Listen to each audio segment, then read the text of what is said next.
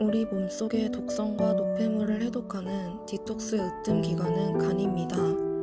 바로 그 간을 청소해준다면 인체의 해독 효과는 크게 높아집니다. 간은 1분에 1.8리터의 혈액을 걸러냅니다. 간에서 걸러준 혈액의 노폐물은 담즙에 담겨 소장과 대장을 거쳐 몸 밖으로 배출됩니다. 담즙 분비가 원활하지 못하면 노폐물은 간에 남아 쌓이게 되고 신체의 모든 장기는 서서히 독성 물질로 오염되어 병마와 싸우게 됩니다. 간은 하루에 1에서 1.5리터의 담즙을 만들어냅니다.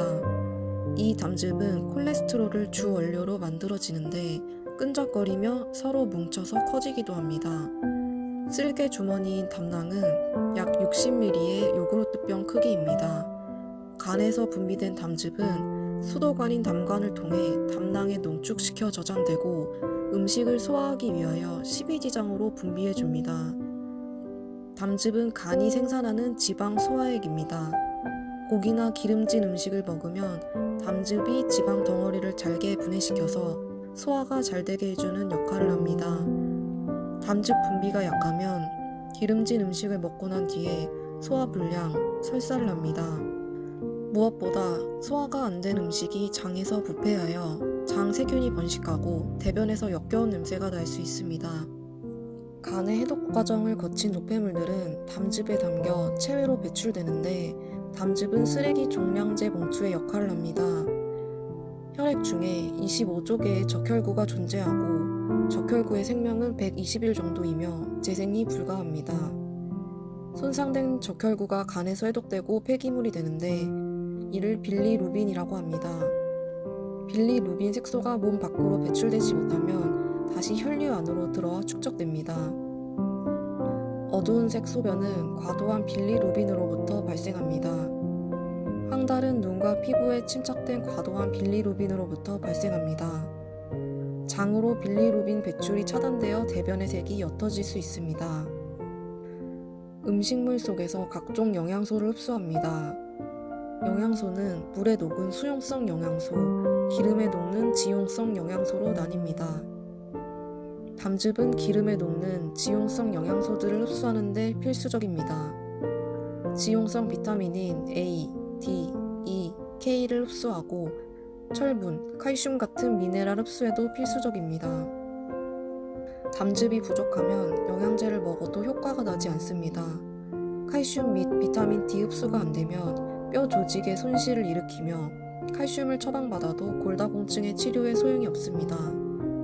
또한 혈액 응고에 필요한 비타민 K가 흡수되지 않으면 출혈이 멈추지 않습니다.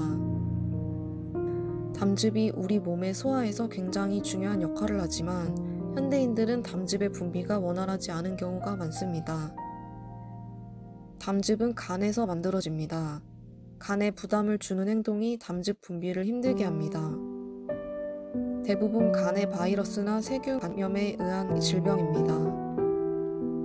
담즙의 통로인 담관이 담석 등으로 막히거나 염증이 발생한 경우에 주로 발생합니다. 담즙이 잘 분비되지 않으면 담즙은 핵화라는 과정을 거쳐 말라버립니다. 담즙이 말라버리면 담석이 되기 쉽습니다. 담석은 콜레스테롤, 쓸개즙, 색소 및 칼슘염이 섞인 작은 돌입니다. 담석이 쓸개인 담낭에서만 발견된다고 생각하지만 대부분의 담석은 간에서 만들어지며 아주 작은 수의 담석만이 담낭에서 만들어집니다. 작은 담석은 초음파나 컴퓨터 단층 촬영을 통해서는 발견되지 않습니다. 이러한 담석은 2000여 개나 됩니다. 간 청소란 담즙의 통로인 담도 청소라고 말할 수 있습니다. 담도는 간 내 담도와 담낭과 십이지장으로 가는 간 외 담관 모두를 말합니다. 어린이부터 성인에 이르기까지 많은 사람들의 담도가 담즙 찌꺼기로 막혀 있습니다. 막힌 담관을 뚫어서 담도를 막는 기름 덩어리와 담석과 독소를 배출하는 것이 간 청소입니다. 뭉쳐진 기름 덩어리와 담석 속에는 기생충과 세균이 득실거리고 장이나 위에 세균을 공급하는 온상이 됩니다. 간 청소는 이러한 기생충과 세균을 몸 밖으로 보내는 역할도 합니다. 간 청소가 필요한 증상은 다음과 같습니다.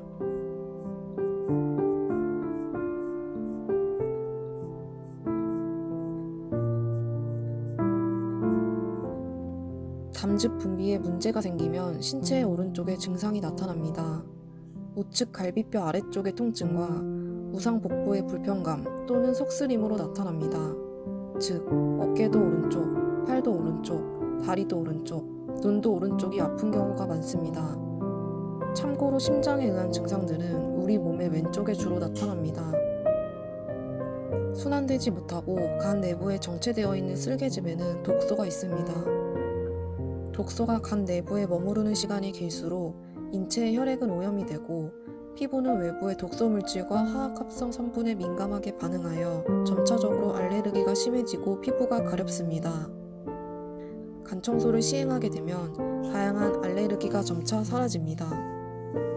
지방을 분해하는 담즙의 부족으로 지방 흡수가 차단되면 체지방이 부족하여 건성 피부로 나타나며 머리카락이 푸석해집니다.